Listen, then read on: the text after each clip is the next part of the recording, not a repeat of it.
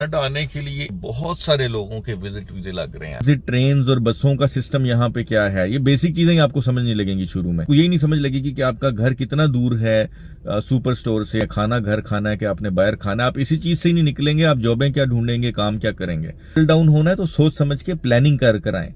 आपके पास एम्प्लॉयर्स होने चाहिए हैं। डिसअपॉइंट होकर जाते हैं, ऐसा जाते हैं, कहते हैं दोबारा नहीं आना। तो मैं आपको डिसअपॉइंटमेंट से बचा रहा हूँ। यहाँ पर जॉब्स आपको प्लेट में नहीं मिलेंगी। आने से पहले वर्किंग करें, मुझसे बात कर लें। ओपन वर्क परमिट कुछ भी आपको मिला होगा तब असल हेल्प शुरू होती है ना यार। तब आपको कोई कंस्ट्रक्शन का बिजनेस, कोई ट्रेड का लाइसेंस, कुछ और बिजनेस, कुछ आइडियाज आपने कैसे पैसे बनाने हैं, क्या पहले सिस्टम का पार्ट ऑफ द सिस्टम तो बने, पहले आप फ्रेमवर्क में तो आए। कनाडा आने के लिए एक चीज मैं आप लोगों को जरूर कहूंगा कि दुबई से, कतर से, ओमान से, सऊदीया से बहुत सारे लोगों के विजिट वीजे लग रहे हैं। और विजिट वीजे ऐसे लग रहे हैं कि जैसे आप समझें कि मतलब फ्री मिल रहे हैं जैसे वीजे। तो बहुत सारे लोगों के विजिट वीजे लग रहे हैं। बहुत सारे लोग ऑलरेडी स्केड्यूल्ड हैं और यहाँ पे लैंड करने के लिए, कोई ओंटारियो में, कोई बीसी में, मार्च में, जैन में, अप्रैल में। आप जितने लोग भी कनाडा में विजिट वीजों के ऊपर लैंड कर रहे हैं, काइंडली एक चीज अपने जहन में आप जरूर रखें कि देखें कनाडा में जब आप विजिट वीजे पे आएंगे, you have to have a plan in place. अगर तो आप घूमने फिरने आ रहे हैं क्योंकि आपका विजिट वीजा लगा है, तो आप जस्ट देखने आ रहे हैं कि चलो छुट्टी आ रहे हैं और 1 महीना रह लिया और देख। लेकिन अगर आप जॉब्स क्विट करके आ रहे हैं, यहाँ पे 4-5 महीने के लिए आ रहे हैं और ये समझ के आ रहे हैं कि आपका यहाँ पे आते साथ ही पीआर हो जाएगी, ठीक है, तो थिंक थ्रू, जज्बाती फैसला ना लें, सोच समझ के कनाडा में आप आए। चीजें इतनी इजी नहीं है जितनी इजी आपको लग रही हैं। आपका विजिट वीजा लग गया है, it's a good thing, it's a good sign, ठीक है। बट दैट डजंट मीन कि आप अपनी जॉब क्विट करके या कुछ काम छोड़ के या कुछ चीजें सेल करके आप यहाँ पे 4-5 महीनों के लिए पाकिस्तान से कुछ जेवर बेच के, सोना बेच के, चीजें बेच कर या पेरेंट से 10-15 लाख रुपया लेकर आप यहाँ पर आ जाएं। और आप फिर देखें, आप आएंगे, आपको कैश के ऊपर जॉब मिलना थोड़ा हार्ड हो जाएगा। फिर आपको, क्योंकि आपका प्लान नहीं है ऑलरेडी कि आपने करना क्या है, तो आपको समझ नहीं आएगी। क्योंकि फर्स्ट टाइम आप लैंड होंगे, बहुत सारी चीजों का आपको नहीं पता होगा। तो आप लैंड होंगे, आपको समझ नहीं आ रही होंगी चीजें, आपको वहां से बैठ के ये लगता है कि गए तो बस हो गया। जब यहां पर आएंगे तो आपको यही नहीं पता लगेगा कि एयरपोर्ट से आपने ना, कहां पे आपने एयरबीएनबी प्रॉपर्टी कराई है, होटल में कराई है, किधर आप रुक रहे हैं, आपको यही समझ नहीं लगेगी। फिर आपको ये समझ लगेगी कैश की जॉबें कहां पर जाकर ढूंढनी है, ट्रांजिट ट्रेन और बसों का सिस्टम यहाँ पे क्या है, ये बेसिक चीजें ही आपको समझ नहीं लगेंगी शुरू में। आपको यही नहीं समझ लगेगी कि आपका घर कितना दूर है सुपर स्टोर से, वॉलमार्ट से, कोस्को से, जहां पर आप जो है वो को ग्रोसरी कर सकते हैं, खाना घर खाना है कि आपने बाहर खाना, आप इसी चीज से ही नहीं निकलेंगे। आप जॉबें क्या ढूंढेंगे, काम क्या करेंगे। तो प्रैक्टिकल लाइफ जो होती है ना, वो थोड़ा सा प्रैक्टिकल जब आप चीजों को करते हैं, प्रैक्टिकली चीजें डिफरेंट हो जाती हैं। वहां पे बैठ के सोचना इज डिफरेंट। आपको समझ नहीं लगेगी अप्लाई कैसे करना है। और कैश की जॉब ढूंढनी है तो वो समझ रहे हैं मेरी बात, तो समझें इस चीज को। जब आपका विजिट वीजा लगता है, आपने घूमने फिरने आना है, आप घूमने फिरने आए। अगर आप वैसे यहां पर आ रहे हैं क्योंकि आपका मोटिव है कि आपने सेटल डाउन होना है, तो सोच समझ के प्लानिंग कर आए। आपके पास एम्प्लॉयर्स होने चाहिए हैं रेडी, कम से कम 4-5 एम्प्लॉयर्स या कंसल्टेंट या ऐसे लोग जो विलिंग है आपकी हेल्प करने के लिए और रेडी, ठीक है। फिर डिफरेंट प्रोविंसेस के अंदर, एक जगह पर नहीं। ओंटारियो में लैंड होते हैं तो नोवा स्कोशिया में, सस्कैचुअन में, अल्बर्टा में, बीसी में, डिफरेंट जगहों पे। वहां पे नहीं लगा तो वहां पे मेरे 4 कनेक्शंस हैं, मैंने लोगों से बात की हुई है या मैंने वर्किंग की, एटलीस्ट वर्किंग की हो, एग्जैक्टली क्या करना है।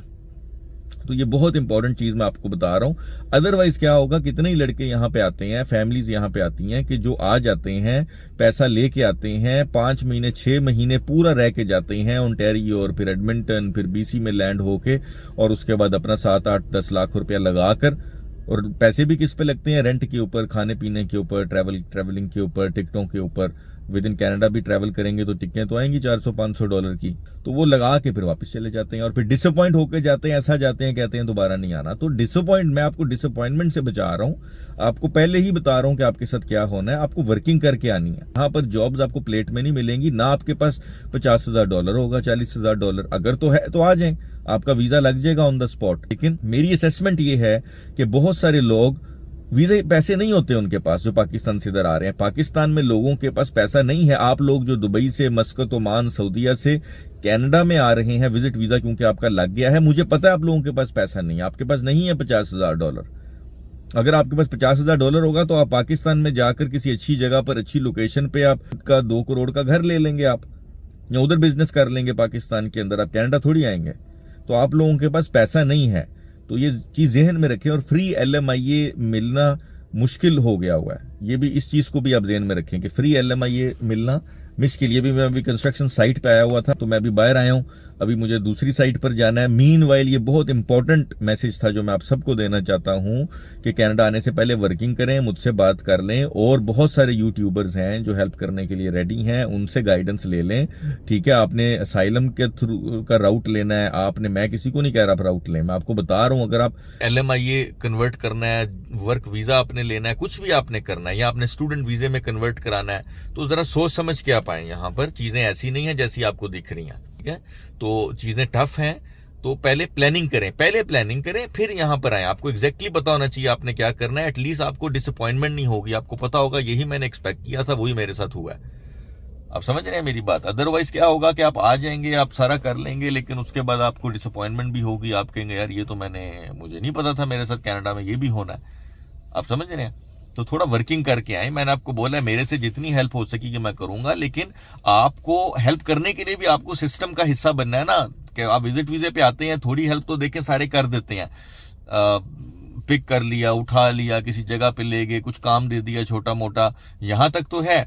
और LMIA के लिए ट्राई की, मिला नहीं मिला, या किसी कंसल्टेंट से हुकअप करा दिया। लेकिन आपको प्रॉपर हेल्प तब होगी जब आप इस सिस्टम का हिस्सा बनेंगे, आप लीगल सिस्टम के फ्रेमवर्क के अंदर आएंगे, आपको यहाँ पे PR होगी या work visa, open work permit, कुछ भी आपको मिला होगा, तब असल हेल्प शुरू होती है ना यार। तब आपको कोई कंस्ट्रक्शन का बिजनेस, कोई ट्रेड का लाइसेंस, कुछ और बिजनेस, कुछ आइडियाज आपने कैसे पैसे बनाने हैं, क्या पहले सिस्टम का पार्ट ऑफ द सिस्टम तो बने, पहले आप फ्रेमवर्क में तो आए। अब फ्रेमवर्क में आएंगे ही नहीं तो कैसे कोई हेल्प करेगा। तो समझे मेरी बात को जो मैं बात कर रहा हूं। तो सोच समझ के आप लोगों ने जब कनाडा आना है, विजिट वीजे आपके लग गए हैं, आई नो एक्साइटमेंट है, वैसे आप घूमने फिरने आ जाएं, 3 वीक्स के लिए आ जाएं, 4 वीक्स के लिए आ जाएं, मुनासिब खर्चा लेके आ जाएं, एक बार घूम फिर लें आके। लेकिन ये समझ के अगर आ रहे हैं कि आप आ गए तो अब गए नहीं और सारा सेट ऐसे प्लेट में मिलेगा, नहीं, ऐसा नहीं है। अपनी वर्किंग करके आएंगे तो कुछ हो सकता है, वर्किंग नहीं करेंगे तो फिर आपका कोई फायदा नहीं आने का, आपको डिसअपॉइंटमेंट होगी। तो इसलिए काइंडली इस वीडियो को शेयर भी करें लोगों के साथ और सेव भी करें। और क्योंकि बहुत सारे लोग विजिट वीजों पे आ रहे हैं ना, आपका नहीं लगा, हो सकता है आपके किसी जानने वाले का वीजा लगा हो, वो बता ना रहा हो आपको। समझ रहे हैं आप। Thank you.